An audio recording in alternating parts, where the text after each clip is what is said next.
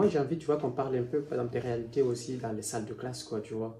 Et au tout début, quand tu es arrivé, c'était comment, en fait, en classe? Quelles sont les choses qui t'ont surpris? Parce que je sais que naturellement, il y aura des surprises. Ah, et mon premier jour, j'ai vu un tel nombre de personnes. Ça m'a dépassé. J'étais là, et comment se fait-il? Et puis, je me suis posé la question. Toutes ces personnes-là sont en archi et en première année. Il y a des ateliers, il n'y a que 2 professeurs pour 40 étudiants. Ouais, c'est énorme, quand même. Moi, je ne suis pas habitué à cela. Tu as un peu de soleil à partir de 10h, midi, et vite fait. Il n'y a pas énormément de soleil. Ouais. Et en plus de ça, le soleil se couche à quelle heure? À 16h. Ouais. Donc déjà à 16h, il n'y a pratiquement pas de soleil. Et tu passes tout ce temps à l'école. Donc ça fait que le matin, tu te réveilles, il fait noir.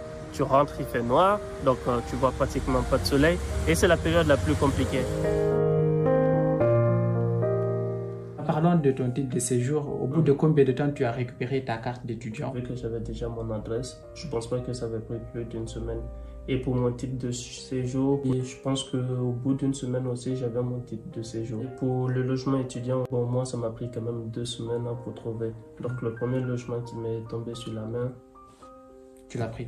Exactement. Il y a des sites où tu peux trouver des logements, où ils font des annonces pour des logements. Oui, et d'ailleurs, juste une parenthèse, à Bruxelles, c'est quoi? Parce qu'à Liège, c'est quota Liège, souvent. Il pleut toujours, même en été. La météo, elle est super bipolaire. Il fait super calme le soir, donc je me balade énormément la nuit. Comme ça me permet un peu de me détendre, de penser calmement, de penser à autre chose. Et de me sentir plus ou moins libre de la frustration de la journée. Donc j'avais tous les trajets en main. Donc ça faisait que à des moments donnés, quand je sortais quand même, elle m'appelait à chaque fois. Elle disait, est-ce que tu as pris tel bus, est-ce que tu as pris tel métro, dans quel sens? J'étais tellement fatigué que je me suis endormi dans le train. Ouais. Et moi, généralement, j'avais ce problème-là quand je prenais le train. Donc, je dépassais tout le temps. Toujours il faut que tu reprennes notre... Exactement, pour revenir. On va revenir aussi bien sur les jobs d'étudiants. Ici, par exemple, en Belgique, quand tu es là en tant qu'étudiant, tu peux travailler et puis on ne va pas te taxer. Oui, jusqu'à une certaine limite. Avec ta carte, en tant qu'étudiant qui va à l'école les 5 jours sur 7, tu ne peux pas dépasser les 20 heures par semaine. Et ça, c'est juste pendant la période des cours. Et quand tu as la période des vacances, tu peux dépasser, tu peux aller jusqu'à 36 heures par semaine. Je pense que les examens, la façon dont ils se déroulent, je pense que c'est bien organisé.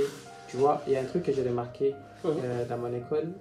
J'aime toujours dire école, mais c'est université en vrai. Oui, je comprends. Là-bas, c'est-à-dire, il y a une session dédiée juste au projet, il y a une autre session aussi dédiée aux examens, des autres examens, tu vois. C'est-à-dire que tu as des cours que tu dois composer, on te donne une semaine de te préparer avant l'examen. Juste après ça, maintenant, tu reviens sur le projet, après tu fais la présentation finale. Parfois aussi, c'est l'inverse, quoi. Parfois, tu commences par le projet, tu présentes, après maintenant, tu as quelques jours pour les autres examens. Par exemple, quand je suis parti en France, c'était pas la même chose.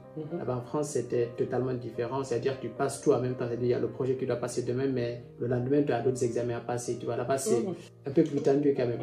Et à ton niveau, ici, ça se passe comment? Est-ce qu'il y a une organisation? Au niveau organisation, travailler avec d'autres personnes. Les travaux de groupe. Je ne sais pas comment ça se passe parce que souvent c'est conflictuel. Hein. Ça arrive souvent que vous n'avez pas la même vision des choses. Mais toi, quelle est ton expérience par rapport à ça? En soi, les travaux de groupe, j'ai eu que de mauvaises expériences dans les travaux de groupe. Ça n'allait pas trop. C'est dû à quoi? C'est dû déjà à notre, comme tu as si bien dit, à notre vision des choses.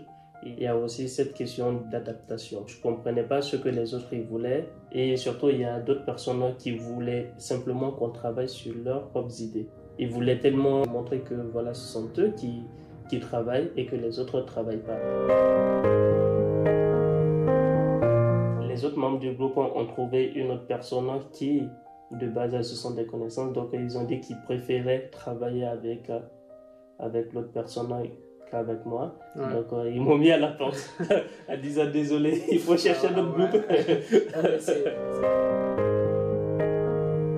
Et aussi ce que je pourrais dire, c'est que généralement ce que nous montrons, c'est c'est la partie où tout est beau, où nous avons bien travaillé. Mais il faut savoir qu'il y a une souffrance derrière. Il y a quand même de la sueur qu'on a versée pour pouvoir être à ce niveau. Donc, il ne faut pas abandonner. Être aussi objectif aussi dans ce que nous faisons.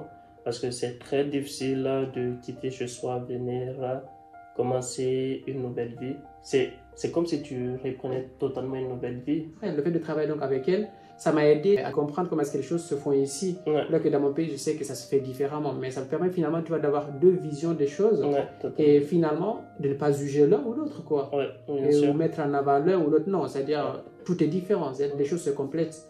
Ça aussi, ça passe par ce que tu disais tantôt, c'est un aspect d'intégration, de comprendre aussi la façon de faire l'architecture ici et là, pouvoir à chaque fois tenir compte de ces réalités-là. Allez, Gaël, merci beaucoup, ça fait plaisir vraiment de... Et merci à toi. Allez, et ça fait plaisir pour une prochaine fois. Hein. Ouais, on fait ça. On va aussi parler d'autres sujets. Merci à vous, c'était Elage, l'invité des Coursidon, et puis on était là pour discuter des choses.